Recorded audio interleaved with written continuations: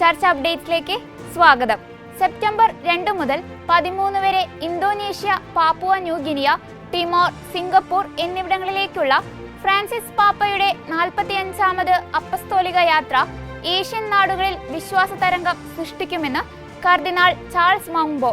ഏഷ്യയിലേക്കുള്ള അപ്പസ്തോലിക യാത്രയ്ക്ക് മുന്നോടിയായി മ്യാൻമറിലെ യാംഗൂണിലെ ആർച്ച് ബിഷപ്പും ഫെഡറേഷൻ ഓഫ് ഏഷ്യൻ ബിഷപ്പ് കോൺഫറൻസുകളുടെ പ്രസിഡന്റ് കർദിനാൾ ചാൾസ് മൗംബോ വത്തിക്കാൻ മാധ്യമത്തിന് അനുവദിച്ച അഭിമുഖത്തിലാണ് അദ്ദേഹം ഇക്കാര്യം പറഞ്ഞത്. വിശ്വാസം അതിന്റെ തീക്ഷ്ണതയിൽ ജീവിതത്തിൽ പ്രാവർത്തികമാക്കുന്ന ഏഷ്യൻ ജനതയ്ക്ക് പാപ്പയുടെ സന്ദർശനം ഉണർവ് പ്രദാനം ചെയ്യുമെന്ന് കർദിനാൾ പറഞ്ഞു. ഇംഗ്ലണ്ടിലെ ബർമിംഗ്ഹാമിലെ ഗർഭചിത്ര കേന്ദ്രത്തിന് സമീപം നിശബ്ദമായി പ്രാർത്ഥിച്ചതിന് 2 തവണ അറസ്റ്റിലായ ക്രിസ്ത്യൻ സന്നദ്ധ പ്രവർത്തകയായ ഇസബൈൽ വോൺ സ്പൂസിനെ നഷ്ടപരിഹാരം നൽകി UK police. West Midland police 13,000 പൗണ്ടാണ് നഷ്ടപരിഹാരമായി നൽകിയത്. എബോർഷൻ ക്ലിനിക്കിന് സമീപമുള്ള നിശബ്ദ പ്രാർത്ഥനയെ ശക്തമായി നേരിടാൻ UK ഗവൺമെന്റ് ഒരുങ്ങിയിരിക്കെയാണ് ഈ ഒത്തുതീർപ്പ്. നഷ്ടപരിഹാരം ലഭിച്ചുവെങ്കിലും മതപരമായ പ്രവർത്തനങ്ങൾക്കു നേരെയുള്ള അതിക്രമങ്ങളും മറ്റും വർദ്ധിക്കുകയാണ് എന്ന ആശങ്കയിലാണ് ഇവർ.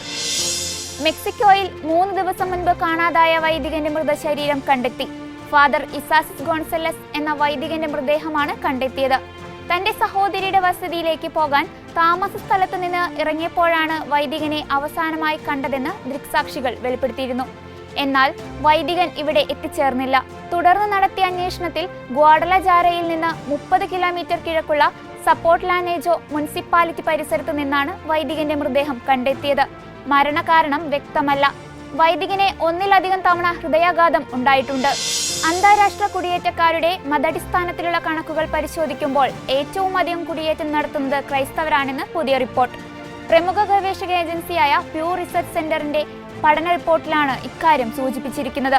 ജനിച്ച രാജ്യത്തിന് പുറത്ത് താമസിക്കുന്ന ലോകത്തിലെ 47% ആളുകളും ക്രൈസ്തവരാണെന്ന് പഠന റിപ്പോർട്ടിൽ പറയുന്നു. ഏറ്റവും ഒടുവിലായി ഐക്യരാഷ്ട്രസഭയുടെ സ്ഥിതിവിവര കണക്കുകൾ ലഭ്യമായ 2020 മുതലുള്ള ഡാറ്റയും 270 സെൻസസ് സർവേകളും അടിസ്ഥാനമാക്കിയാണ് പ്യൂ റിപ്പോർട്ട് തയ്യാറാക്കിയിരിക്കുന്നത്. 280 ദശലക്ഷത്തിലധികം ആളുകൾ അഥവാ ലോക ജനസംഖ്യയുടെ 3.6% അന്തർദേശീയ കുടിയേറ്റക്കാരാണെന്ന് കണക്കുകൾ വ്യക്തമാണ്. നൈജീരിയയിൽ കത്തോലിക്ക വിശ്വാസികളായ 20ഓളം മെഡിക്കൽ വിദ്യാർത്ഥിനികളെ തട്ടിക്കൊണ്ടുപോയതായി റിപ്പോർട്ട്.